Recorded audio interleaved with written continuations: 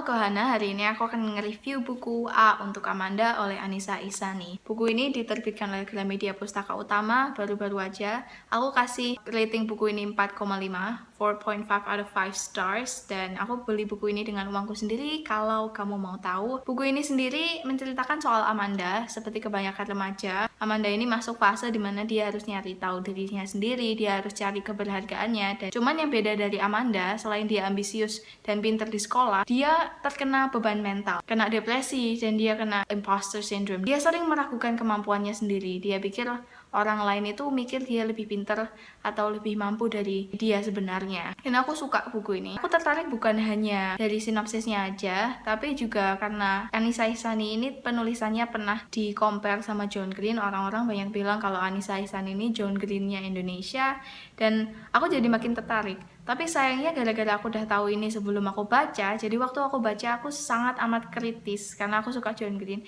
dan aku bisa ngambil cuilan-cuilan di buku ini dan bikin paralel dengan buku-bukunya John Green. Dan mirip, beberapa aspeknya memang mirip, dan aku nggak bisa cerita lebih jauh karena itu akan jadi spoiler. Tapi aku bisa bilang keren kalau misalkan John Green sama Anissa Ihsani ini bener-bener cara pikirnya bisa mirip. Tapi juga siapa tahu Anissa Ihsani terinspirasi dari John Green, I don't know, but it's cool. Penulisan buku ini agak terasa asing tapi juga seru, kayak baca buku terjemahan. Buku ini diceritakan lewat pemikirannya Amanda, dan menurutku penulisannya walaupun asing justru malah bisa mengungkapkan siapa Amanda sebenarnya dan cocok dengan kepribadian Amanda yang agak skeptis, scientific thinking, ambisius. Aku suka. Yang kurang aku suka dari buku ini itu penulisan latarnya. Karena karakternya baik, aku bener-bener bisa merasakan juga apa yang karakternya rasakan, alias latar suasananya. Tapi latar tempat bikin aku bener-bener bingung. Kadang aku ngerasa aku bisa relate ke buku ini sebagai murid, sebagai cewek, sebagai remaja, tapi nggak sebagai orang Indonesia.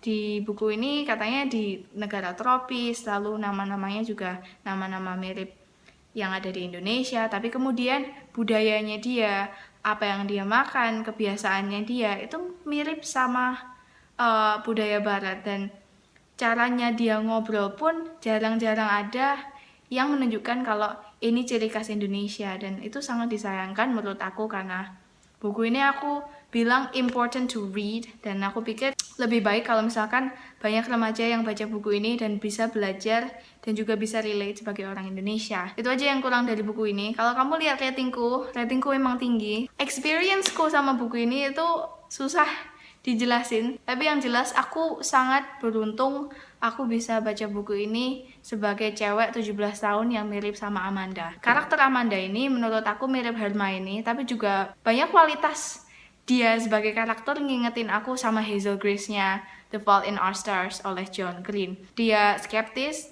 Amanda ini juga feminis, dia ambisius, dia pinter. Aku bisa relate sama dia dari banyak aspek, terutama karena dia seorang yang ambisius di sekolah, dan ada parts di buku ini di saat dia mencari keberhargaannya dia, itu aku ikut nangis karena aku bisa merasakan apa yang dia rasakan sebagai murid, sebagai cewek, sebagai remaja. Tiap ada diskusi tentang feminism, aku juga kayak yes girl, you tell them. Aku appreciate tema-tema yang ada di buku ini, terutama tentang mental health, karena jarang banget aku baca buku, terutama buku di Indonesia yang ditulis untuk remaja yang angkat mental health. Dan di sini mental health ini nggak cuma sesuatu yang didorong buat kamu, hey kamu harus belajar ini, tapi kita juga disuguhkan lewat pengalaman-pengalaman dan reaksi-reaksi dari teman-teman dan keluarga dan lingkungan sekitarnya Amanda. Juga kita dapat internal konfliknya dia sebagai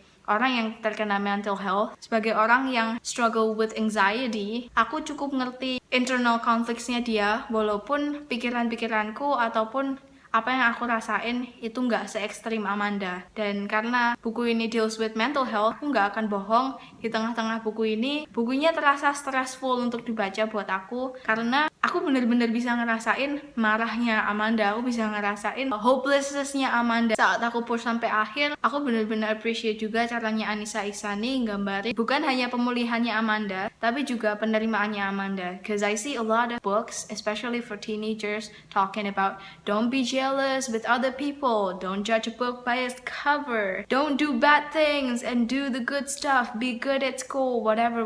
But I see very little books that tells you to love yourself despite the skeleton hidden in your closet. Teman-teman yang ada di sini itu realistis, walaupun kadang-kadang ada yang stereotypical, dan banyak kejadian-kejadian di buku ini juga yang unrealistic, tapi banyak juga yang sangat realistis sampai-sampai they hit me, kayak strugglesnya dia dengan sekolah.